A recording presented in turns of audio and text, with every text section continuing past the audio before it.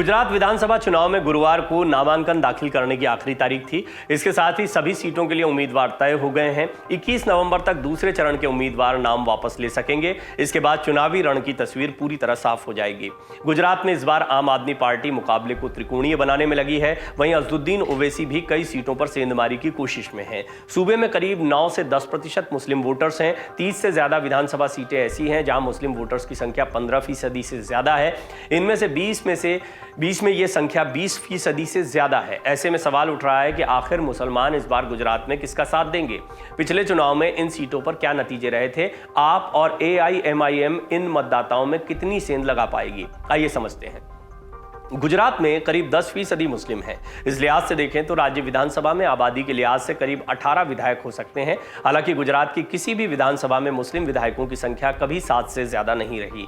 2017 में 3 मुस्लिम उम्मीदवार जीतकर विधायक बने थे। तीनों कांग्रेस के टिकट पर जीते थे। वहीं 2012 विधानसभा चुनाव में महज 2 मुस्लिम उम्मीदवार जीतने में सफल रहे थे। कांग्रेस ने मौजूदा चुनाव में 6 मुस्लिम प्रत्याशी उतारे हैं। इनमें सूरत पूर्व से असलम साइकिल वाला, वांकानेर से मोहम्मद जावेद पीरजादा, अब्डास सीट से मोहम्मद भाई जुंग जत और वागरा से सुलेमान पटेल के अलावा दरियापुर सीट से गयासुद्दीन शेख, जमालपुर खड़िया से इमरान खेड़ावाला को टिकट दिया गया है। आम आदमी पार्टी ने भी 3 मुस्लिम चेहरों को अपना उम्मीदवार बनाया है। दरियापुर से ताज कुरैशी, जमसुर से साजिद रेहान और जमालपुर खेड़िया से हारून नागौरी को टिकट दिया गया है। 30 सीटों पर चुनाव लड़ने का ऐलान करने वाली AIMIM ने 16 नवंबर तक 14 सीटों पर उम्मीदवार उतारे। इनमें से 12 मुस्लिम हैं। पत्रकार वीरांग भट्ट बताते हैं, पिछले चुनाव में मुस्लिम वोटर्स का झुकाव कांग्रेस की ओर ज्यादा रहा है। इस बार आप के आने से लड़ाई रोचक हो गई है। जिन सीटों पर AIMIM ने उम्मीदवार उतारे हैं वहां मुकाबला और दिलचस्प हो सकता है। मुस्लिम वोटों में अगर बंटवारा होता है तो इसका फायदा भाजपा को मिल सकता है। 2011 की जनगणना के मुताबिक गुजरात में कुल मुस्लिम आबादी करीब 10% है। भुज और भरूच जिलों में मुस्लिमों की संख्या 20% से ज्यादा है। वहीं अहमदाबाद में वेजलपुर, दरियापुर, जमालपुर, खाड़िया और दानी लिमड़ा जैसी सीटों पर मुस्लिम निर्णायक भूमिका में है। कुल 20 सीटें ऐसी हैं जहां मुस्लिम मतदाताओं की आबादी 20% से ज्यादा है। इनमें से 4 अहमदाबाद, 3 सीटें भुज और भरूच जिले की हैं। जमालपुर खड़िया गुजरात की इकलौती सीट है जहां मुस्लिम मतदाता 50% से भी ज्यादा हैं। यहां कुल मतदाताओं में 61% आबादी मुस्लिम मतदाताओं की है। इसके अलावा दानी लिमड़ा में 48%, दरियापुर में 46%, वागरा में 44%, भरूच में 38%, वेजलपुर में 35%, भुज में 35%, जंबूसर में 31%, बापूनगर में 28% और लिंबायत में 26% मुस्लिम वोटर्स हैं। आप अंदाजा लगा सकते हैं कितने डिसिसिव या निर्णायक ये वोटर्स हो सकते हैं अगर एक साथ किसी पार्टी को वोट करते हैं। 2017 में सबसे ज्यादा मुस्लिम आबादी वाली सीटों में से 5 सीटें भाजपा और 5 सीटें कांग्रेस को मिली थीं। 2012 की बात करें तो इन 10 में से 8 सीटों पर भाजपा को जीत मिली थी। वहीं कांग्रेस को महज 2 सीटों से संतोष करना पड़ा था। इस बार अजदुद्दीन ओवैसी, आम आदमी पार्टी भी चुनावी मैदान में है और मुस्लिम वोटर्स को लेकर काफी कुछ चल रहा है गुजरात की पॉलिटिक्स में। आपको याद होगा हिंदुत्व का मुद्दा, लक्ष्मी गणेश के फोटो तस्वीर पर लगाना हो, इस तरह की बातें अरविंद केजरीवाल ने भी कही। उन्हें भी लगा कि हिंदुत्व का मुद्दा गुजरात में उनके काम आ सकता है, लेकिन ये पिच बीजेपी की है।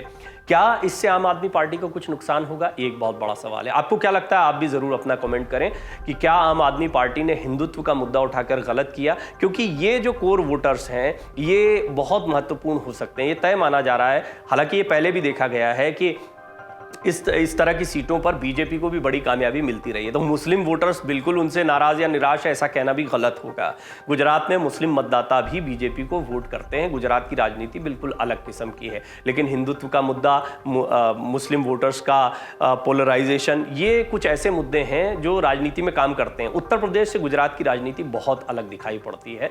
गुजरात में अगर मुस्लिम मतदाता एकजुट होते हैं, जैसी कि उम्मीद कांग्रेस, आम आदमी पार्टी और AIMIM जैसे राजनीतिक दलों को है, तो फिर बीजेपी के लिए एक झटका हो सकता है। लेकिन ऐसे में 3 दलों का मैदान में उतरना कहीं ना कहीं वोटों को तोड़ने की कोशिश भी हो सकता है और इसीलिए इन्हें वोट कटुआ की भूमिका में ज्यादा देखा जा रहा है। खासतौर पर अजदुद्दीन ओवैसी पर इस तरह के आरोप हमेशा लगते रहे हैं कि वो अपने उम्मीदवार उतार कर ऐसे इलाकों में बीजेपी को फायदा पहुंचा देते हैं, क्योंकि कांग्रेस या आम आदमी पार्टी के जो संभावित उम्मीदवार हैं जिनको ये वोट मिल सकते थे, उनके वोट कहीं ना कहीं ट्रांसफर हो जाते हैं ओवैसी को।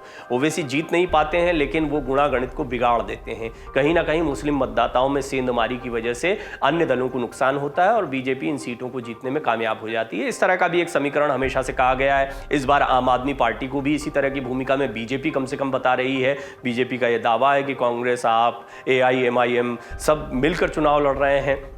वहीं ये सारे राजनीतिक दल एक दूसरे पर आरोप लगा रहे हैं। कांग्रेस ने भी यही आरोप लगाया था कि आम आदमी पार्टी एजेंट के तौर पर काम कर रही है बीजेपी के, और ऐसे ही आरोप उन्होंने ओवैसी पर लगाए थे।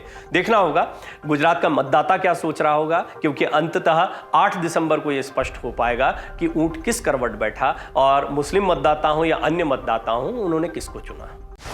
डाउनलोड करें अमर उजाला ऐप और पाएं खबरें लगातार।